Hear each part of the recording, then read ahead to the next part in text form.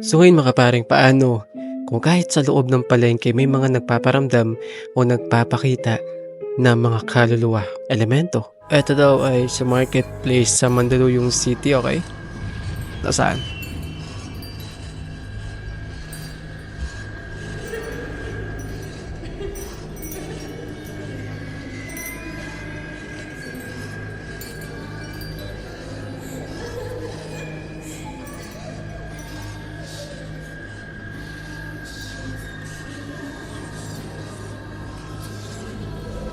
Siguro yung multo diyan bata.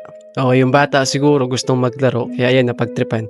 Pero baka naman di-remote o baka di-remote kasi yung laruan na yun 'no. So may kumontrol na iba para palabasin lamang na gagagawan ng mga multo. So nasisipa tuloy yung mga kaluluwa. Sabi nila, "Bakit kami pinagbibintangan niyo?